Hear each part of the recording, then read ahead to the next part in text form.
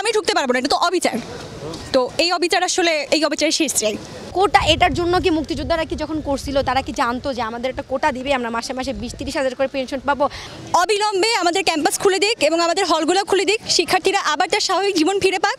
এবং ক্যাম্পাসে আমরা পুলিশ চাই না, পুলিশ ছাত্রলীগ যারা অন্যায় করে স্টুডেন্টদের উপর নির্যাতন করে আমরা ওদেরকে চাই না, আমরা চাই একটা সুস্থ স্বাভাবিক নিরাপদ পরিবেশ। এটাই। আচ্ছা, একটু জানতে চাই যে আমরা দেখেছি যে আপনাদের যে আন্দোলনটা এটা অনেকটা বিচ্ছিন্নভাবে হচ্ছে, বিচ্ছিন্নভাবে হচ্ছে কারণ এটা আমাদের নেট স্লো ভাইয়া, আমাদের ইন্টারনেট ব্যবস্থা আমরা পর্যাপ্ত পরিমাণে পাচ্ছি না, কেউ কারোর সাথে যোগাযোগ করতে পারছি না, যেহেতু আমরা এখন কেউ হলে থাকি না, বেশিরভাগ মানুষ বেশিরভাগ স্টুডেন্ট গ্রামে চলে গেছে।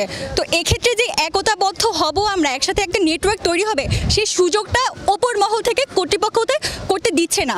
এবং আজকে আমি যখন আমার ক্যাম্পাসে ঢাকা বিশ্ববিদ্যালয় ক্যাম্পাসে ঢুকতে যাব তখন পুলিশ বলছে যে না, আজকে কোনো স্টুডেন্টদের ঢুকতে দেওয়া হবে না, এটা কর্তৃপক্ষ থেকে নির্দেশ আছে। আমার ক্যাম্পাসে আমি ঢুকতে পারবো না, এটা তো অবিচার। তো এই অবিচার আসলে এই অবিচারের শেষ চাই। আমি গর্ব করি যে আমার বাবা আনএডুকেটেড, আমার মা এডুকেটেড। আমি গর্ব করি সত্যি, আজকে যদি আমার বাবা এডুকেটেড হইতো অবশ্যই বড় পোস্টে যাক, কারণ আমার বাবা চাচাই তো মুক্তিযোদ্ধা। আমার শোনেন, মুক্তিযোদ্ধার কোটা আমি বুঝতে পারি না ভাই, কোটা এটার জন্য কি মুক্তিযোদ্ধারা কি যখন করছিল তারা কি জানতো যে আমাদের একটা কোটা দিবে, আমরা মাসে মাসে 20-30 হাজার করে পেনশন পাবো, আমার ছেলেমেয়েরা আমার নাতিরা তারা হচ্ছে বড় বড় পোস্টে চাকরিটাকে জানতো? আমাকে বলেন, ওনারা একটা জিনিস চাইছিল, দেশটা স্বাধীন হোক। জানো, সবাই নিজের দেশে মাটির উপরে দাঁড়ায় বুকে হাত দিয়ে বলতে পারে এটা আমার স্বাধীন বাংলাদেশ।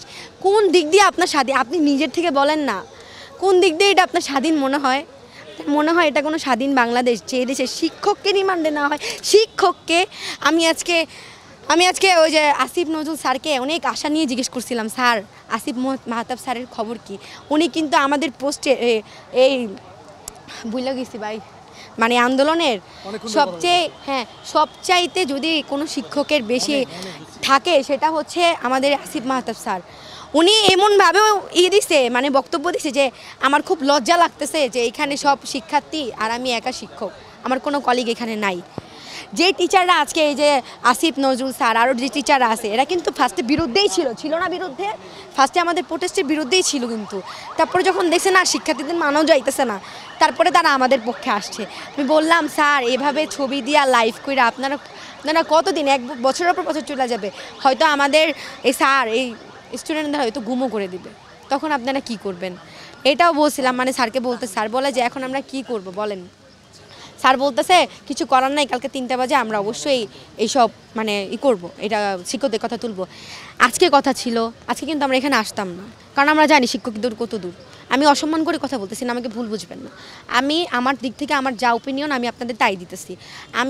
আমি ভাবছিলাম শিক্ষকরা হয়তো এখান থেকে যাবে না যতক্ষণ না তাদের, ওনারা কিন্তু যে টিচারদের ধরে নিয়ে তাদের কোনো ভাই হয়, তাই না বলেন? ভাই না, যে টিচারদের ধরে নিয়ে গেছে তাদের কিন্তু পার্সোনাল কারণে ধরে নেই, তাদের আমাদের জন্যই ধরছে। আমাদের কি রেসপন্সিবিলিটি না ওনাদেরকে ছাড়ানোর?